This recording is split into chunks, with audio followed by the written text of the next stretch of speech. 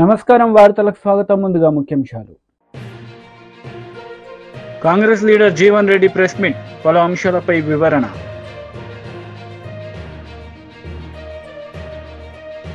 BRS leader press meet, పలు అంశాలపై వివరణ. బీఆర్ఎస్ లీడర్ మీడియా సమావేశం నిర్వహించారు. ఈ సందర్భంగా పలు అంశాలపై ఆయన మాట్లాడారు. రిలీజ్ చేయాలని చెప్పి ఈరోజు క్యాబినెట్లో మీరు చర్చించి రైతాంగం పట్ల ఒక సానుకూలమైన నిర్ణయం తీసుకుంటారని చెప్పి ఆశిస్తున్నాను నేను. ఇదే సందర్భంలో మీరు ఎన్నికలప్పుడు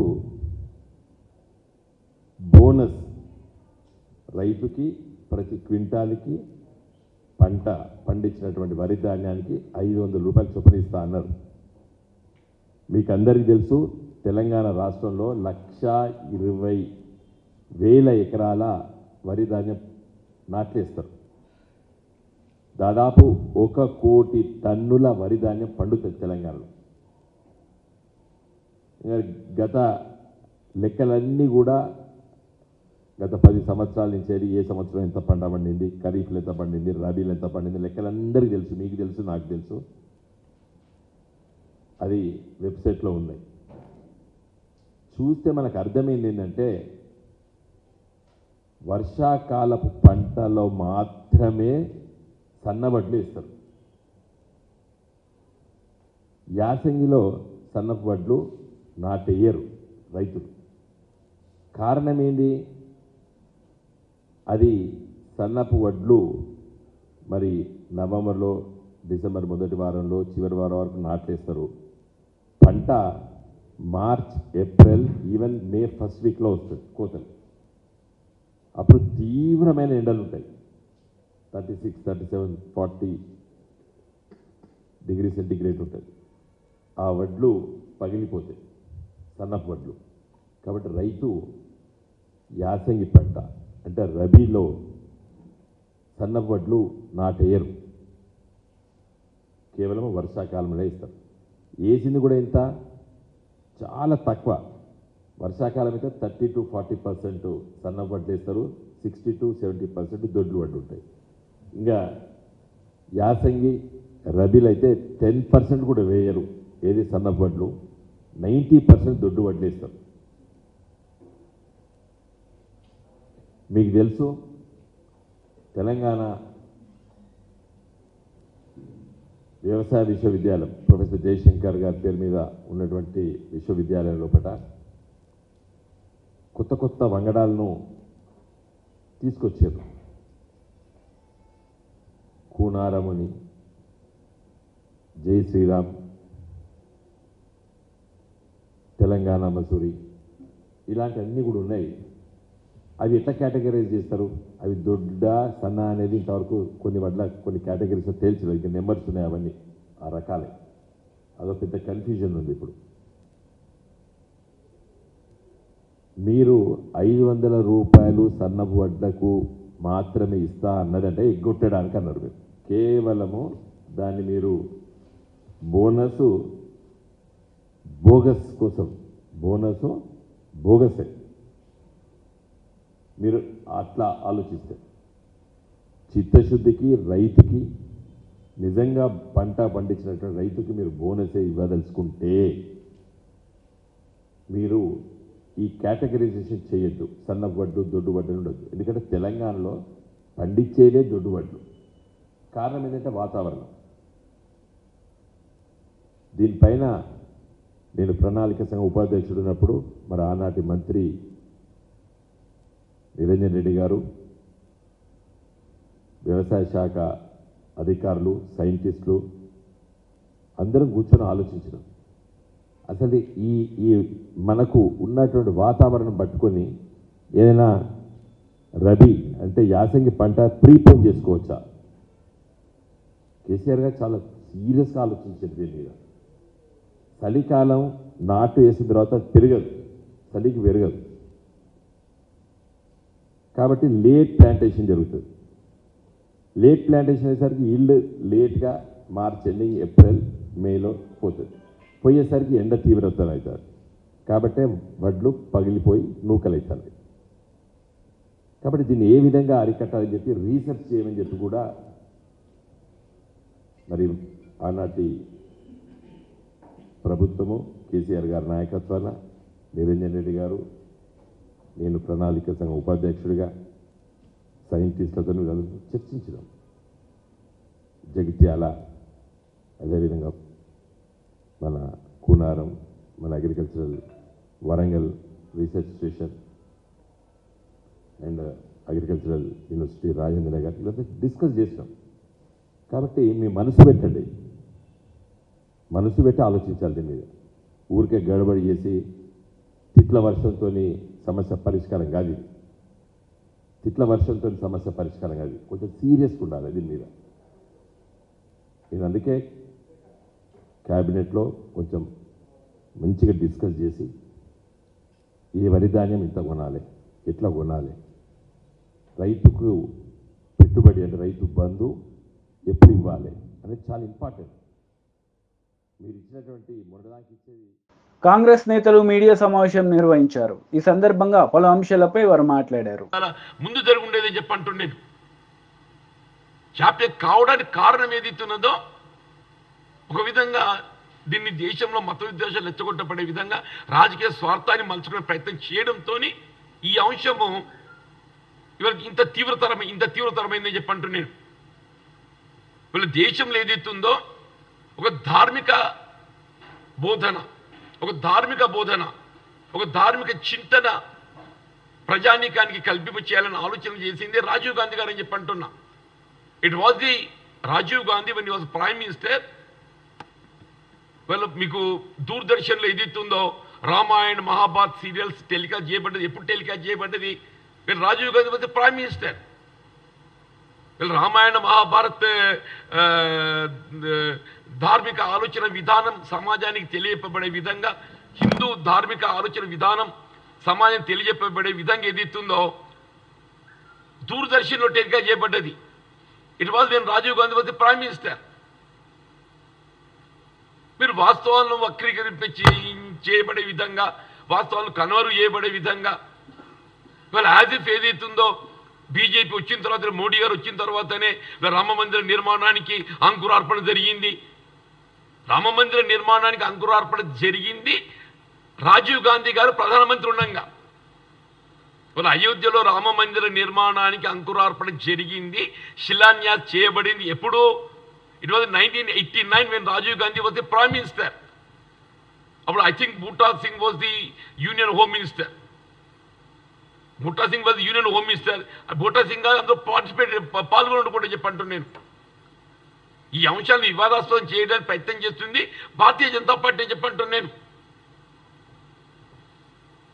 ఇవాళ ఏదైతుందో మళ్ళీ కాంగ్రెస్ గెలిస్తే రామ్ లల్లా టెంట్ కిందకి వస్తుంది. ఇదంతా ఏది నీ ఆలోచన? వీళ్ళ మందిర నిర్మాణము, పూజలు అనేది ఏదైతుందో ఇది హిందువుల ధార్మిక ఆలోచన. ప్రతి ఒక్క హిందూ ఏదైతుందో హైందవ సాంప్రదాయం తప్పకుండా శ్రీరామచంద్ర ప్రభువుని ఏదైతుందో ఆరాధిస్తాడు. శ్రీరామచంద్ర ప్రభువును ఆరాధించడం అనేది ఏదైతుందో ఇది హైందవ సాంప్రదాయం అని చెప్పంటున్నా, హిందూ సాంప్రదాయం అని చెప్పంటున్నా. యాజ్ ఇఫ్ నువ్వు ఒక్కడవే దేవుని కొలుస్తున్నాడు భావిస్తే ఇట్లా అని చెప్పంటున్నా. వీళ్ళ సమాజంలో ఉన్న ప్రతి హిందూ ఏదైతుందో శ్రీరామచంద్ర మూర్తిని ఏదైతుందో ఒక ఆదర్శవంతమైనటువంటి ఒక దేవునిగా ఆరాధిస్తారని చెప్పంటూ నేను. ఇవాళ తండ్రి మాట జవదాటని కొడుకు కుమారుడు శ్రీరామచంద్ర ప్రభు, అన్నదమ్ములకు ఆదర్శంగా నిలిచేది శ్రీరామచంద్ర ప్రభు అని చెప్పంటూ నేను. ఏకపత్ని వ్రతుడు ఏదైతుందో శ్రీరామచంద్ర ప్రభు అని చెప్పంటూ నేను. వీళ్ళ పాలనలో ఏదైతుందో ఒక ప్రజాస్వామ్య పాలన, ప్రజాభిప్రాయానికి విలువనిచ్చింది శ్రీరామచంద్ర ప్రభు అని చెప్పంటున్నా. ప్రజాభిప్రాయానికి విలువనిచ్చి ప్రజాభిప్రాయానికి అనుగుణంగా పాలన చేసింది శ్రీరామచంద్ర ప్రభు అని చెప్పంటూ నేను. అటువంటి శ్రీరామచంద్ర ప్రభు పాలనను రాజీవ్ గాంధీ గారు ఏదైతుందో అలా ఆదర్శంగా తీసుకున్నాడు. రాజీవ్ గాంధీ గారు ఆదర్శంగా తీసుకున్నాడని చెప్పంటూ నేను. Just you go back to his speeches 1989. ఆయన ఏదైతుందో మీకు ఆయన ధార్మిక ఆలోచన ఇవాళకి కాదు, దూరదర్శన్ అయితే ఇవ్వాలి కాదు కదా. దూరదర్శన్ మీకు భారత ప్రభుత్వం సలహాల సూచనలకు అనుగుణంగా టెలికాస్ట్ చేస్తుంది కదా. దూరదర్శన్ ఏ కార్యక్రమం టెలి సీరియల్సే మీకు బ్రాడ్కాస్ట్ టెలికాస్ట్ చేయాలన్నా కానీ కేంద్ర ప్రభుత్వ ఆలోచన విధానానికి అనుగుణంగా ఇలా రామాయణ మహాభారత సీరియల్స్ టెలికాస్ట్ చేయబడ్డది ఎవరి ఆలోచనకు అనుగుణంగా టెలికాస్ట్ చేయబడ్డాయి? రాజీవ్ గాంధీ గారి యొక్క ఆలోచన విధానానికి అనుగుణంగా టెలికాస్ట్ చేయబడ్డాయి. అటువంటి ఒక వాస్తవాలను వక్రీకరించే విధంగా కప్పిపుచ్చబడే విధంగా ఇలా కాంగ్రెస్ పార్టీ అయితే కమిటెడ్ ఇలా మత సామరస్యానికి కట్టుబడి ఉన్నటువంటి ఒక రాజకీయ పార్టీగా కాంగ్రెస్ పార్టీ ఏదైతుందో ఒక లౌకిక విధానానికి కట్టుబడి వీళ్ళ ముందుకు పోతుంది. వీళ్ళ హిందువుల మనోభావాలను సాంప్రదాయాలను గౌరవించే ఒక రాజకీయ పార్టీ కేవలం దేశంలో ఏదైతుందో కాంగ్రెస్ పార్టీ మాత్రమే చెప్పంటున్నాం. హిందువుల మనోభావాలను సాంప్రదాయాలను గౌరవించే ఒక రాజకీయ పార్టీ కేవలం కాంగ్రెస్ పార్టీ మాత్రమే చెప్పక తప్పదని చెప్పంటున్నా. It is the Gandhi family, it is the Gandhi family I'm telling. మీకు మోడీ గారికి ఏదైతుందో రాజీవ్ గాంధీ యొక్క ఆలోచన విధానం తెలుసుకో ప్రయత్నం చేయి. It was certified by Subrahmanya Swamy. ఇప్పుడు సుబ్రహ్మణ్య స్వామి గారు ఏదైతుందో is alive. Subrahmanya Swamy is alive. Subrahmanya Swamy himself discuss with the media. నిజంగా రాజీవ్ గాంధీ గారికి ప్రతిగుండి ఆయనకి తిరిగి అధికారానికి వచ్చి ఉంటే వీళ్ళ అయోధ్యలో రామ మందిరం would have been built long back అని చెప్పని సుబ్రహ్మణ్య స్వామి హిమ్సెల్ఫ్ కామెంటెడ్. సుబ్రహ్మణ్య స్వామి అయితే is not Congress man, is not Congress man. వీళ్ళ కేవలం మీ రాజకీయ స్వార్థం కొరకు ఏదైతున్నదో వీళ్ళ కాంగ్రెస్ పార్టీ ఇవాళ మందిర నిర్మాణం చేయగలిగిన అని చెప్పంటే కేవలం న్యాయస్థానం తీర్పును ఆసరా చేసుకొని మందిర నిర్మాణం చేయడం జరిగింది. ఇవాళ అయోధ్యలో రామ మందిర నిర్మాణం చేయటానికి మూలం న్యాయస్థానం తీర్పు. ఆనాడైనా ఈనాడైనా రాజీవ్ గాంధీ గారు ఏదైతుందో అయోధ్యలో రామ మందిరం రామ్లల్లా దర్శనానికి అనుమతి ఇవ్వడానికి నిర్ణయం తీసుకున్నది న్యాయస్థానం తీర్పులకు అనుగుణంగా. ఆనాడు దానికి అనుగుణంగానే శిలాన్యాసకు అనుమతి ఇవ్వడం జరిగింది. ఇవాళ మళ్ళీ టీడీపీ పోలిట్ బ్యూరో సభ్యులు వర్ల రామయ్య మీడియా సమావేశం నిర్వహించారు. ఈ సందర్భంగా సీఎం జగన్ రెడ్డిపై మండిపడ్డారు. ఎలక్షన్ కమిషన్ డీజీ గారు ప్రపోజ్ చేసిన ప్రతిపాదనలన్నీ అంగీకరిస్తూ వాళ్ళ మీద చర్యలు తీసుకున్నారు. ఇప్పుడు తప్పెవరిది? జగన్మోహన్ రెడ్డి గారు. గతంలో ఒకే రోజు డీజీపీని, చీఫ్ సెక్రటరీని, ఇంటెలిజెన్స్ డీజీని, పలువురు ఎస్పీలని 2019లో ట్రాన్స్ఫర్లు చేస్తే ఆ పదవుల నుంచి తొలగిస్తే అబ్బో ఎలక్షన్ కమిషన్ బ్రహ్మాండంగా చేస్తుందన్న జగన్మోహన్ రెడ్డి గారు ఈ రోజున ఒక టెయింటెడ్ ఆఫీసర్స్ కొంతమందిని తొలగిస్తే ఎన్నికల కమిషన్ మీద దాడి చేస్తారా? ఇది న్యాయమా? మీ అధికారులు కాదా కారణం ఈ అరాచకానికి? అసలు మీరు ఇచ్చిన పోస్టింగ్స్ ఏంటి? ఇప్పుడు ఒకటి అరెస్ట్ చేశారు, సస్పెండ్ చేశారు కొంతమంది అధికారులని. ఇందులో సగం మంది మీ వాళ్ళేనండి. కులం పేరు చెప్పడానికి నేను చాలా బాధపడుతున్నాను. మీరు రేట్ చేశారు కనుక, మీరు నర్సరావుపేట ఎస్పీ కులం గురించి మీరు మాట్లాడారు కనుక నేను మాట్లాడుతున్నా. కులం గురించి మాట్లాడటం మా పార్టీ నైజం కాదు, మా పార్టీ పద్ధతి కాదు. సస్పెండ్ అయిన ఈ పనికిరాని అధికారులుగా లిస్టు కాబడిన 12 మందిలో 6 మీ కులం వాళ్ళే. ఇప్పుడేం సమాధానం చెబుతావు జగన్మోహన్ రెడ్డి గారు?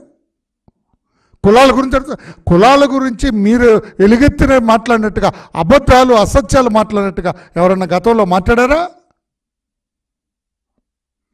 2 డిఎస్పీలని కమ్మారినేస్తానండి. తమ్ముడు ఇటు చూడమ్మా, ప్రెస్ సోదరుడు, 2 కమ్మారిని డిఎస్పీలను వేస్తే 33 కమ్మారు, 33 కమ్మవాళ్ళని వేసుకున్న చంద్రబాబు అని చెప్పి మీరు ఎంత ప్రచారం చేశారండి,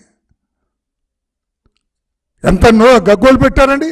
అదే మీరు ముఖ్యమంత్రిగా మీ శాసనసభలో 2 కమ్మారు డిఎస్పీలు అని చెప్పారు మీరు సభానాయకుడిగా ఉన్నప్పుడు. ఎంత సిగ్గుచేటు! దీనికి ఏమి సమాధానం చెబుతారు? అందుకే నేను అన్నాను, దొంగ నడుస్తున్నది మీకు బాగా సూట్ అవుతుంది జగన్మోహన్ రెడ్డి గారు. ఈ తొలగించిన అధికారులందరూ ఏం చేస్తున్నారండి? వీళ్ళ బతుకులు ఎవరికి తెలియవండి? డీజీపీ రాజేంద్రనాథ్ రెడ్డి గారు ఎక్కడ కూర్చుంటున్నారండి? పిఎస్ఆర్ ఆంజనేయులు గారు ఇంటెలిజెన్స్ అడిషనల్ డీజీ ఎక్కడ కూర్చుంటున్నారండి? కొల్లి రఘురామరెడ్డి గారు ఎక్కడ కూర్చుంటున్నారండి? ధనుంజయ రెడ్డి గారు, సిఎస్ గారు, రాజేంద్రనాథ్ రెడ్డి గారు, కొల్లి రఘురామరెడ్డి గారు, సీతారామాంజనేయులు అందరూ ఒక చోట కూర్చొని వీరంతా పోలింగ్ రోజున మీరందరూ ఎక్కడున్నారు చెప్పగలరా? రాజేంద్రనాథ్ రెడ్డి గారు మీరు చెప్పగలరా పోలింగ్ రోజున మీరు ఎక్కడున్నారు? సీతారామాంజనేయులు గారు ఎక్కడున్నారు? మీ విధి నిర్వహణలో ఉన్నారా? మీరందరూ కూర్చొని కింది అధికారులతో మీరు మాట్లాడలేదా? మీరు డైరెక్షన్స్ ఇవ్వలేదా? మీ కాల్ డేటా ఇవ్వడానికి సిద్ధమా మీరు? నేను అడుగుతున్నా ఈ రోజున చీఫ్ సెక్రటరీ గారిని, జవహర్ రెడ్డి గారిని నేను అడుగుతున్నా, మీకు చిత్తశుద్ధి ఉంటే వీళ్ళ కాల్ డేటాస్ వెరిఫై చేయించండి. డీజీపీ గారిని నేను అడుగుతున్నా, మీకు చిత్తశుద్ధి ఉంటే సీతారామాంజనేయులు, కొల్లి రఘురామరెడ్డి, డీజీ రాజేంద్రనాథ్ రెడ్డి గారు వీళ్ళ కాల్ డేటాస్ వెరిఫై చేయండి. పోలింగ్ రోజున ఎంతమంది అధికారులతో వీళ్ళు మాట్లాడారు? What made them to talk to them? కింద అధికారులతో ఎందుకు మాట్లాడు? ఏసీబీ డీజీపీ అసలు ఎందుకు మాట్లాడతాడు? రాజేంద్రనాథ్ రెడ్డి ఏసీబీ డీజీ అండి. ఏసీ అవినీతి పనులు పట్టుకునేదేం లేదు. ఆ రోజున ఎలక్షన్ రోజున లంచాలు తీసుకున్న అధికారులు కూడా ఆ రోజు ఎవరు వాళ్ళు పోలింగ్లో బిజీగా ఉంటారు. ఆ రోజున మీరు ఎంతమంది అధికారులతో మాట్లాడారు? అంటే మీ అధికారాన్ని అడ్డుపెట్టుకొని క్రింది స్థాయి అధికారులను బెదిరించారా? వైఎస్ఆర్ పార్టీకి అనుకూలంగా చేయమని ఇన్స్ట్రక్షన్స్ ఇచ్చారా? లేకపోతే మీ అధికారాన్ని ఉపయోగించి వాళ్ళని ఇబ్బంది పెడతామని బెదిరించారా? ఏం చేశారు? మీ కాల్ డేటా తీయండి. మీకు ధైర్యం అంటే మీ కాల్ డేటా బయట పెట్టమని చెప్పి కూడా నేను అడుగుతున్నాను. నేను ఇంత నలుపు మీ దగ్గర పెట్టుకొని ఎలక్షన్ కమిషన్ మీద పడాలని చుట్టం ఎంతవరకు న్యాయం అని చెప్పి కూడా నేను అడుగుతున్నా. ఈ అరాచకాలన్నిటికీ కారణం వైఎస్ఆర్ కాంగ్రెస్ పార్టీ, జగన్మోహన్ రెడ్డి గారు. మీరు మీ అధికార దాహం కారణం, మీ అవినీతి సామ్రాజ్యం కారణం, మీ నేర చరిత్ర కారణం, మీ రక్త చరిత్ర కారణం. లేకపోతే ఇన్నాక చేయాలంటే మాచర్లలో వేర్ ఈజ్ అవర్ ఎమ్మెల్యే? ఈరోజున ఎక్కడున్నాడు ఎమ్మెల్యే? పిన్నెల్లి రామకృష్ణారెడ్డి గారు ఎక్కడున్నాడండి? అతను తమ్ముడు వెంకట్రామరెడ్డి వేర్ ఈజ్ హి? వీళ్ళిద్దరిని హౌస్ అరెస్ట్ చేస్తే పోలీసులు కళ్ళు గప్పి పారిపోయారు. పారిపోయి ఎక్కడికి వచ్చారు? They have come down to CMO's office, chief minister ఆఫీస్కి వచ్చారు. బీజేపీ లీడర్ మీడియా సమావేశం నిర్వహించారు. ఈ సందర్భంగా పలు అంశాలపై ఆయన మాట్లాడారు. చెప్పాము మేనిఫెస్టోలో మీరు సన్నవడ్లు దొడ్డు వడ్లు అని చెప్పలేదు. ప్రతి క్వింటాల్కి మీరు 500 రూపాయలు బోనస్ ఇస్తామన్నారు. మరి ఇప్పుడేమో లీక్ ఇచ్చారు, సన్నవడ్లు అని చెప్పి లీక్ ఇచ్చారు. అది మంచిది కాదు. మరి ఖచ్చితంగా దీంట్లో కూడా రిప్రజెంటేషన్లో కూడా మెన్షన్ చేశాం. మీరు వడ్లకు 500 రూపాయలు బోనస్ ఇస్తామన్న మాదిరిగానే 500 రూపాయలు వడ్లకు బోనస్ ఇవ్వాల్సిందిగా కూడా డిమాండ్ చేశాం. అది రిప్రజెంటేషన్లో కూడా రాయడం జరిగింది. మరి వారే చాలాసార్లు ఆగస్ట్ 15 అని చెప్పారు కదా. మరి ఆగస్ట్ 15 వరకు వెయిట్ చేయాలి కదా.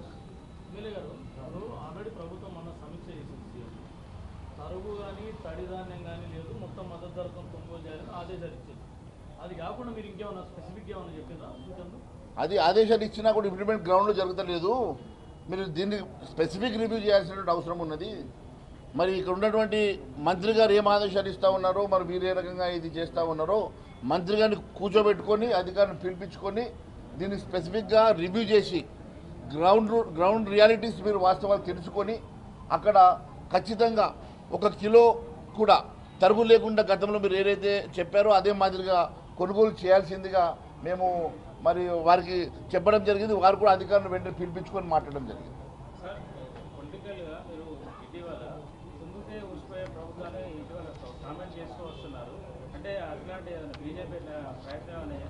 భారతీయ జనతా పార్టీ ఎప్పుడు కూడా ఇటువంటి వాటిల్లో ఇన్వాల్వ్ కాదు. అలాంటి అవసరం మాకు లేదు. ఈ రాష్ట్రంలో ఈ దేశంలో అత్యధిక రాష్ట్రాల్లో ముఖ్యమంత్రి ఉన్నటువంటి 10 సంవత్సరాలు మచ్చలేక కుంభకోణాల తావు లేకుండా 10 సంవత్సరాలు ఈ దేశాన్ని ఏలుతున్నటువంటి భారతీయ జనతా పార్టీ రాబోయే 3వ సారి మళ్ళీ మోడీ గారి ప్రధానమంత్రి అవుతున్నటువంటి సందర్భంగా ఎప్పుడైనా గుర్తుపెట్టుకోండి, ఏ రాష్ట్రంలో కూడా భారతీయ జనతా పార్టీ అన్డెమోక్రటికల్గా ఆలోచన చేయదు. మీరు కొట్టాడుకొని మీరు ఊసిపోతే మేమేం చేయాలా? మీరేమన్నా మీ మధ్యలో ఏమన్నా గొడవలు పెట్టుకొని మీ మధ్యలో సఖ్యతలు లేక మీరు కొట్టాడుకొని మీరు ప్రభుత్వాన్ని పోగొట్టుకున్నా దానికి మేమెట్లా బాధ్యతలు అవుతాం?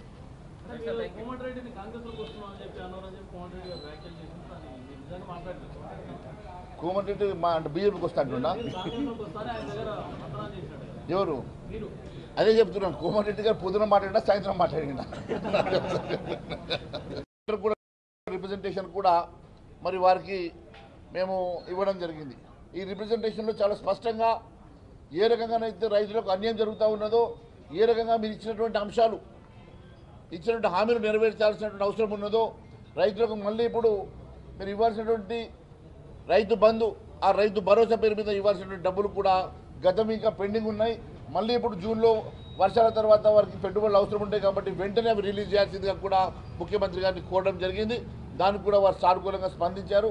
మరి వెంటనే మేము ఇమ్మీడియట్గా దీన్ని అన్ని కూడా ఫుల్ఫిల్ చేయాల్సిందిగా డిమాండ్ చేస్తూ, లేని పక్షంలో రైతుల పక్షాన భారతీయ జనతా పార్టీ పోరాటం చేస్తే తెలియజేస్తా ఉన్నాను. Thank you. రైతు బంధు ఇంకా పూర్తిగా కాలేదు. మొన్న ఎలక్షన్ కోడ్ అని చెప్పేసి కొంత ఆపారు. అది పాత రైతు బంధు. గత ప్రభుత్వము మరి ఇవ్వాల్సినటువంటి రైతు బంధులో కొంతవరకు ఇవ్వగలిగినారు, కానీ మిగిలినవంతా కూడా పెండింగ్ ఉన్నవి కూడా మరి వెంటనే ఇస్తామని. అది లేదు, మొన్న ఎలక్షన్ కోడ్ లేదు. మొన్న ముఖ్యమంత్రి గారే వేస్తున్న సందర్భంగా ఎలక్షన్ కోడ్ ఆపింది. నేను కేవలము కొంతవరకు ఇవ్వగలిగినాము, మిగిలినవంతా కూడా పెండింగ్ ఉన్నాయి కూడా వెంటనే ఎలక్షన్ కోడ్ తర్వాత ఇస్తామని చెప్పారు కదా. దాంతోపాటు ఇప్పుడు కొత్తగా వేయాల్సినటువంటి రైతు భరోసా, ఇప్పుడు ప్రభుత్వం ఇవ్వాల్సిన రైతు భరోసా కూడా గతంలో మన 5 ఎకరాలకు 10 ఎకరాలకు రిస్ట్రిక్ట్ చేయకుండా మీరు ఇస్తామన్నటువంటి రైతు భరోసాని పూర్తిగా గత ప్రభుత్వం ఇచ్చినట్టుగా అందరికీ వర్తింపజేసే విధంగా మీరు మేనిఫెస్టోలో పెట్టిన విధంగా 15,000 కాడికి కూడా మీరు రైతు భరోసాను వేయాల్సిందిగా మేము డిమాండ్ చేశాము. ఖచ్చితంగా మరి వెంటనే వేయడం వల్లనే రైతులకు లబ్ధి జరుగుతుంది, పెట్టుబడి సాయం కింద పనికొస్తుంది. ఎందుకంటే ఒకవైపు మనము బీఆర్ఎస్ లీడర్ మీడియా సమావేశం నిర్వహించారు. ఈ సందర్భంగా పలు అంశాలపై ఆయన మాట్లాడారు. టెండర్లో 330 కోట్ల రూపాయలు అదనంగా కోడ్ చేసిన వాళ్లకు టెండర్లు ఇస్తారా? ఇది కుంభకోణం కాదా? ఇందులో ముఖ్యమంత్రి గారి స్థాయి లాంటి వ్యక్తుల హస్తం లేకుంటే, స్వయంగా సంబంధిత శాఖ మంత్రి గారి యొక్క హస్తం లేకుంటే ఇది సాధ్యం ఎట్లా అవుతుంది?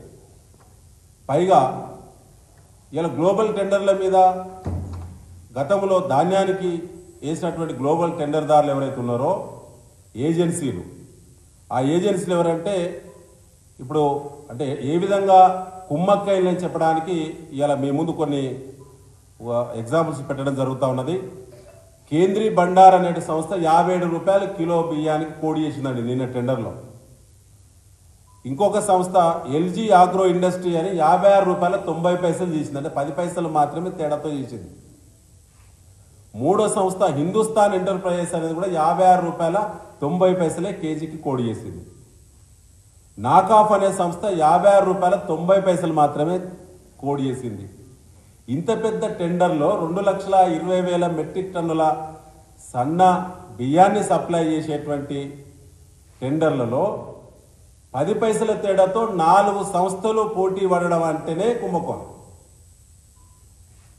ఇది మార్కెట్ విలువకు సమీపంలో లేదు, రూపాయి అటు ఇటుగా కూడా లేదు కనీసం. అంటే పూర్తిగా దీన్ని ప్లాన్ చేసి టెండర్ను రిన్యూ చేసి ప్రభుత్వ పెద్దలే ఈ టెండర్ ఈ సంస్థలకు వచ్చేటువంటి కుట్ర చేశారు. పైగా ప్యాడీకి సంబంధించి 35 లక్షల మెట్రిక్ టన్నులు గతంలో ఎట్లయితే గ్లోబల్ టెండర్లు నిర్వహించినటువంటి సందర్భంగా ఆ టెండర్లు దక్కిన సంస్థలే ఈ సంస్థలు. అంటే ప్యాడీకి ఏ టెండర్లు ఎవరికైతే దక్కినాయో ఆ సంస్థలకే మళ్ళా 2,20,000 మెట్రిక్ టన్నుల సన్న బియ్యం సరఫరా సంబంధించి కూడా ఇవాళ కిలోకి 15 రూపాయల అదనపు ధర చెల్లిస్తూ వాళ్ళకు టెండర్లు వచ్చేటువంటి విధంగా ఇవాళ కాంగ్రెస్ పార్టీ ప్రభుత్వము ఇవాళ ప్రయత్నం చేస్తూ ఉన్నది. కాబట్టి దీంట్లో దాదాపుగా 1000 కోట్ల పైచిలుకు కుంభకోణం జరుగుతూ ఉన్నది. రైస్ మిల్లుల దగ్గర అదనంగా టెండర్లు తెలంగాణ ప్రభుత్వం పౌర సరఫరాల శాఖ ఇచ్చింది. ప్రైవేట్ వాళ్ళు టెండర్ దక్కించుకున్నారు. టెండర్ ధర పోగా అదనంగా డబ్బులు వసూలు చేయడము క్వింటాల్కి 230 రూపాయలు అంటేనే ఆ డబ్బులు ఢిల్లీకి కట్టాలి, అధికారులకు కట్టాలి, తర్వాత ముఖ్యమంత్రి పేషికి కట్టాలి, సంబంధిత మంత్రి కట్టాలి అనేటువంటి విధంగా రైస్ మిల్లర్లను వేధింపులకు గురి చేస్తున్నటువంటి టెండర్ దారులపైన చర్య తీసుకోవాలి. పైగా ఎక్స్టెన్షన్ గురించి ఒక కుట్ర జరుగుతూ ఉన్నది. ఎక్స్టెన్షన్ కూడా వాళ్ళకి ఇవ్వాలని, వాళ్ళకు ఇచ్చినటువంటి టైం కూడా అయిపోయింది. వాళ్ళకి 3 నెలల టైంలో వాళ్ళు డబ్బులు కట్టాలి. డబ్బులు కట్టలేదు ప్రభుత్వానికి. వాళ్ళపైన చర్యలు తీసుకోవాల్సింది పోయి వాళ్ళకి ఎక్స్టెన్షన్ ఇచ్చేటువంటి ప్రయత్నం చేస్తూ ఉన్నారు సివిల్ సప్లై శాఖ మంత్రి ఉత్తమ్ కుమార్ రెడ్డి గారు, సంబంధిత కమిషనర్ గారు కూడా, డిఏ చౌహాన్ గారు ఐపీఎస్ ఆఫీసరు. వారు తప్పకుండా కూడా మరి రూల్స్ అన్నీ కూడా ఒకసారి రివ్యూ చేసుకోవాలి. ఇవాళ ఇన్ టైంలో డబ్బులు కట్టినటువంటి టెండర్దారులపైన చర్యలు తీసుకోవాల్సింది పోయి వారికి ఈఓటీ ఇవ్వడం అనేటువంటి ప్రయత్నం చేసేటువంటి ఫైల్ నడుస్తుంది. అది సరైనది కాదు. దాని వెనుక భారీ కుంభకోణం ఉన్నది. ఇలా రైస్ మిల్లర్లను ఎవరిని అడిగినా చెప్తారు. ఇవాళ 57 రూపాయలు కోడి చేసిన సన్నబియ్యము రైస్ మిల్లర్లు కాన్సెంట్ ఇచ్చిళ్ళు సివిల్ సప్లైస్ డిపార్ట్మెంట్కి. ఏమని? మేము 42 రూపాయల నుంచి 45 రూపాయల వరకు వివిధ రకాల మరి సన్న బియ్యాన్ని మేము సప్లై చేస్తాము అని చెప్పి. ఇప్పుడు నేను రవీందర్ సింగ్ గారు మేదం గతంలో సివిల్ సప్లైస్ చైర్మన్ చేసినాం. మేము ఉన్నప్పుడు ఎట్లుండేదంటే సన్నధాన్యమైనా దొడ్డు ధాన్యమైనా 20 రూపాయల తేడా ఉంటుంది ఎంఎస్పి. మీకు తెలుసు.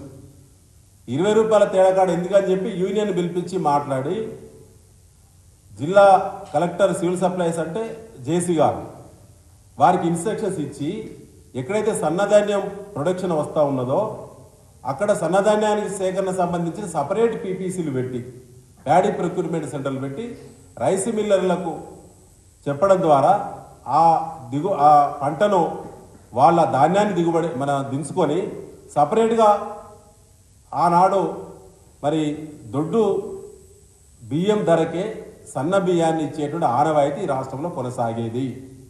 కానీ వాళ్ళ సరికొత్త పద్ధతిలో టెండర్లు అని చెప్పారు. కిలోకు 15 రూపాయలు మార్కెట్ ధర కంటే పెంచారు. సో దీని మీద రేపు ఇవాళ అధికారాలు ఉంటే పోతాయి, కానీ అధికారులు ఇలా జాగ్రత్త వహించాల్సిన అవసరం ఉంటుందనే విషయాన్ని ఈ సందర్భంగా మీ ద్వారా తెలంగాణ ప్రజానీకానికి చెప్పదలుచుకుని దీని మీద వ్రాతపూర్వకంగా చీఫ్ సెక్రటరీ గారికి, కమిషనర్ సివిల్ సప్లైస్కి వ్రాతపూర్వకమైన ఫిర్యాదు భారత రాష్ట్ర